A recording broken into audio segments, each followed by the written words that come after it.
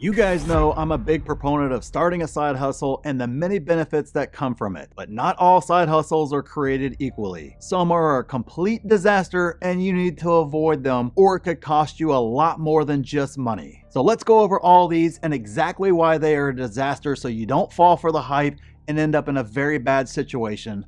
But I'll also tell you how you can actually turn these around as well and turn them into actually a good and lucrative side hustle. Remember, what is said out there in regards to financial freedom is typically a complete lie, and that's exactly what this channel is all about, exposing that lie and giving you the very real truth on how to achieve financial freedom and retire early. So make sure you're subscribed because they don't want you to know this information at all, and I want you to be completely free from this mess. So the first side hustle to avoid is day trading. Look, all you got to do is just simply buy my program and then I'll show you how you can just make thousands of dollars every day out of thin air. It's easy, no problem. Work a couple hours in the morning and then you can go right on about the rest of your day. Sound familiar, right? That's exactly how all those pitches go. Some sort of a creation like that. And you too can have this private jet and my yacht and this limo and everything else that they have out there.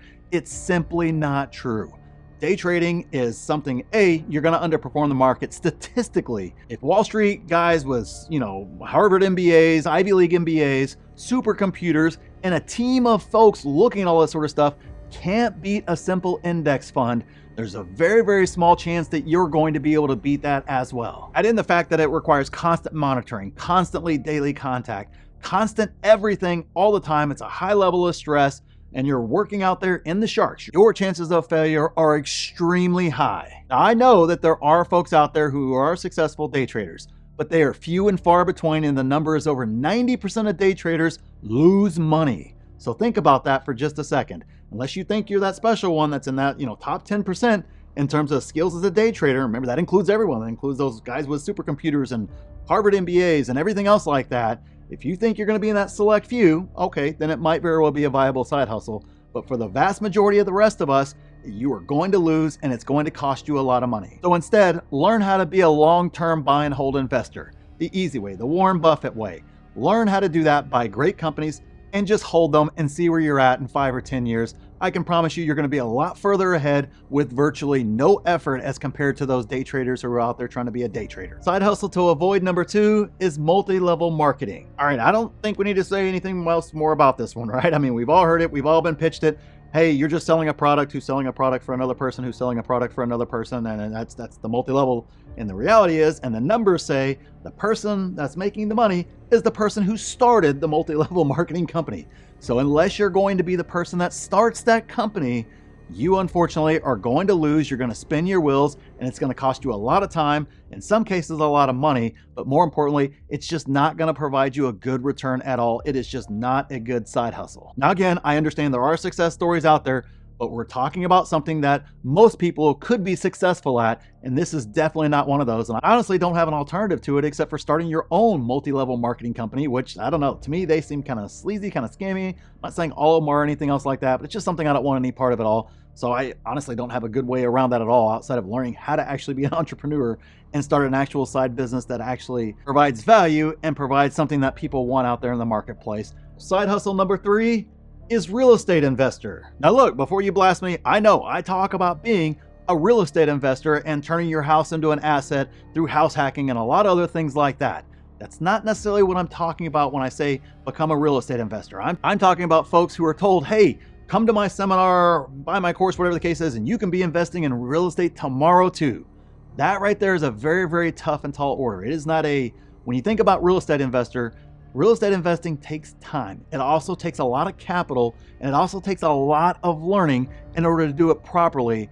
And it kind of starts small and kind of snowballs long over the long run. So you're not going to go from, hey, I make no money now, to all of a sudden by the end of the year, I'm making $100,000 plus in passive income, doing nothing, sitting on the beach with my feet kicked up. That is years down the line. That is multiple systems down the line. And what typically happens is somebody gets excited, they jump out there, they really don't know what they're doing, and they don't understand that, hey, you're only going to make $500 a month on your first deal if it goes well. That's what's going to happen, and that's where you're at. And oh, by the way, you're going to be out thousands of dollars in order to get into that first deal, so you're not going to see that return on investment. It happens over time with compounding, and as you move forward and as you get better at it, of course, those gains start to slowly incrementally increase. But it's a very, very long game. So I have no issues with people becoming real estate investors. What I'm talking about specifically is the get rich quick stuff. The, hey, become a flipper tomorrow, or, buy 100 apartments in a year, or something goofy like that I see advertised all the time. And I'm just going, man, somebody is getting ready to fork over a lot of money, and they're going to end up with a lot of tears and a lot of heartache in the end, and a lot of problems, more importantly. It is a great side hustle to get into, but you have to do it right. If you don't have some capital, and if you don't have the knowledge and the skills, more importantly, you're going to lose at this game. The easiest way to get started is to house hack your current house that you have. That right there is the easiest and the quickest method to kind of learn the ropes, make some mistakes, but not have it be devastating to what's actually going on with the rest of your financial life. Number 4 is content creation helper. All right, I didn't know what to title that one. I'm sorry. It's just, I don't know. It was the best I could come up with it in regards to the way to say it. But bottom line with this is AI is coming for your job. There was a time when people were paid thousands of dollars a month and people built businesses, side hustles, good side hustles, on just captioning your video. Now that's all automated. There's no reason for 30 bucks a month, I can have an automated tool caption every video, every piece of short form content, everything that I do. It's all automated. I don't need somebody to sit there and type it all out anymore.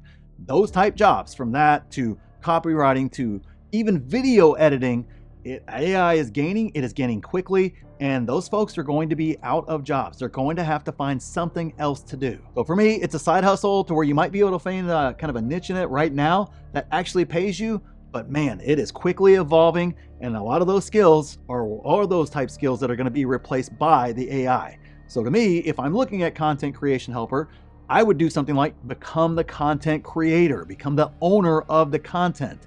That is huge. That right there's difference. Then you're the one using all the different AI tools to take care of all this sort of stuff, instead of the person losing their job because AI is coming in and taking it. The only other way I can kind of see it, if you want to be in front of the camera, is be that trusted advisor to a content creator. If you can be that person right there is invaluable as well, because I know myself personally as a content creator, having a second set of eyes there to kind of help guide, look at things, handle some of the other odds and ends of the business itself is massive, and that person can be just as invaluable as the content creator is on the creation side. So unless you can work into one of those two areas, a lot of the easy to start, easy to do content creation type jobs are going to go away. And the last side hustle we're going to talk about today is Airbnb. Now, when we talk about the Airbnb bust, some of it is myth and some of it is absolutely true. So let me kind of break this down here for you guys a little bit further, because Airbnb can either be a very, very lucrative side hustle, and it still can be despite all the articles and all the fear and everything else.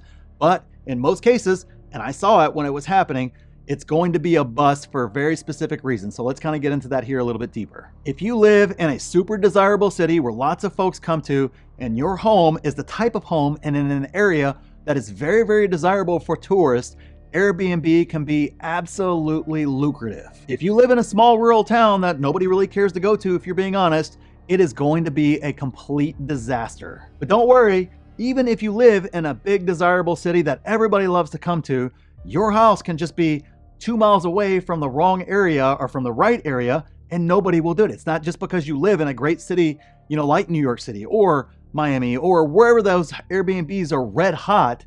If you don't live in the right neighborhood, or if you're just that far away, just a little bit outside of where folks want to be at, it's going to be a bust. Heck, in some of those areas, just being 1 block over makes the difference between a highly successful Airbnb and an Airbnb that's a complete disaster. Don't make the mistake that so many people do of thinking that they can turn their house into an Airbnb or their property into an Airbnb. It might very well be true, but you have to be able to delineate and get granular with what's going on in your area to see, are you truly in a desirable area, or are you just on that little bit of outskirts? And that little bit of a difference right there, sometimes it's just a block, makes the difference between it being a complete, awesome rocket ship that makes you a lot of money and is an incredible side hustle, and it being a complete disaster. The good news is this channel is full of ideas about how to gain financial freedom and retire early. They want you working forever. I want you completely free from this mess. So make sure you're subscribed so you don't miss anything, because they don't want you to see any of what we talk about. So thanks for watching, and I'll see you in the next video.